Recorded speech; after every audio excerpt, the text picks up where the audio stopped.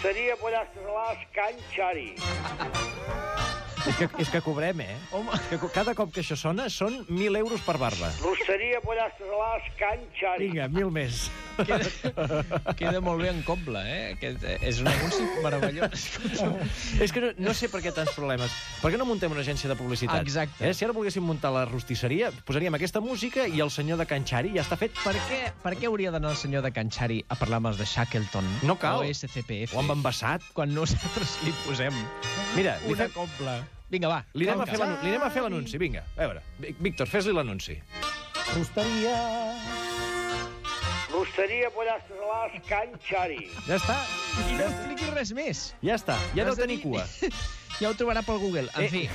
Sense dir adreces ni res, No, ni res. Ni números, ni web, ni res. Ni país, ni res, ja s'ho trobaran. Folklore català.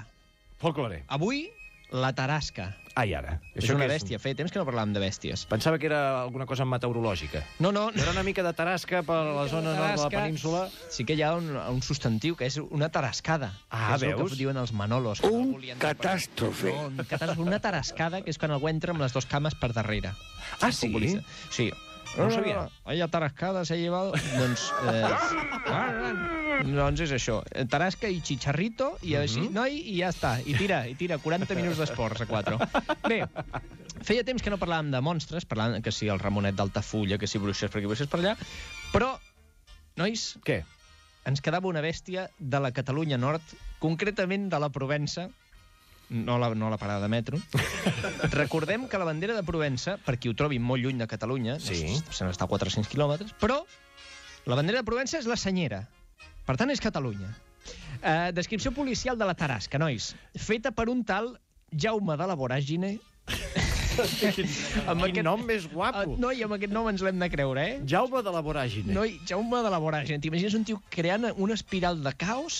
Mira, per allà on va. M'encantaria tenir-lo de productor al programa de ràdio, Doncs... Igual que els Oscars tenen el Oriol de Balanzó, nosaltres tenir en Jaume de la Voràgine. Saps què passa? Que ara té 970 anys, aquest home, si és que és viu.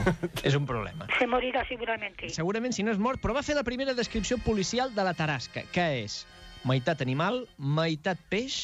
No sé com es menja això, Sí. Meitat animal, meitat peix. Que no és un animal. No és un animal, clar, és un peix. Bueno, si ho diu en Jaume, fem-li cas. Diu, més gros que un bou, més llarg que un cavall, amb dents semblants a espases i grosses com banyes. Solamente lo he comido igual en Cervera. Protegit per 2 escuts a cada costat, s'amagava en el riu des d'on llevava la vida a tots els caminants i enfonsava les naus. Xavier Pérez Esquerdo està plorant, ja, També... Me l'imagino, me l'estic imaginant. Veus, no? Doncs també descriuen el cap com una cosa... Aviam, una lleó amb orelles de cavall i expressió desagradable. Que boades, és a dir... Cal dir expressió desagradable. És la gàbia que al zoo no s'hi acosta cap nen. Una mica, No, de cap manera. A més, ens trobem amb una bèstia que no té cap implicació moral amb el que fa, No. És a dir, si troba un caminant se'l menja, si troba un vaixell l'enfonsa. És l'única ocupació que té, matar la gent que passa pel costat. Hosti, que pesat, Nois, una altra dada pels més friquis. És el bitxo més poderós del joc Dungeons and Dragons. La tarasca? La tarasca fa 20 metres de llarg per 15 de dalt i pesa 130 tones. Té protecció contra màgia negra i objetos arrojadizos i només la pots matar amb un hechizo de deseo o milagro. Ha quedat clar o parlo un xino? No, ha quedat claríssim. Doncs que hi ha bufetades per tenir la tarasca. No, clar, és que no pots. A més, te la posa aleatòriament al màster. Te la posa allà, O sigui, si et toca, t'ha tocat, Clar, tu saps que ets el típic que estàs jugant a rol i et van molt bé les coses, el tio diu, Sí. te aparece una tarasca. No se vale. Te encuentras una tarasca, tira 2 dados de 20 i no se vale... Bueno, el que sigui, total, que et mata. Perdona, pots parar? Ja paro, de veritat. Rosteria Pollastres Salats Can Xari. 1.000 euros més. Anem amb la història, que és el que esteu explicant, perquè hem estat definint el bitxo. Sí. El rei d'un poblet de la Provença, anomenat Tarascó, Sí. molt apropiat, tinguent en compte que hi viu la tarasca, Bé, dintre, ben triat el nom. tria els 16 homes més forts del poble i se'n va matar la bèstia.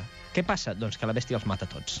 Menys el rei, perquè es veu que ha portat corona allà, també te dona protecció contra tarasca. Mira, no ho sabíem, això. És una mica de talismà, Talismà, exacte. Doncs torna derrotat i aleshores la santa del poble, Santa Marta, Santa Marta, alerta, Epa. diu que ella derrotarà la bèstia.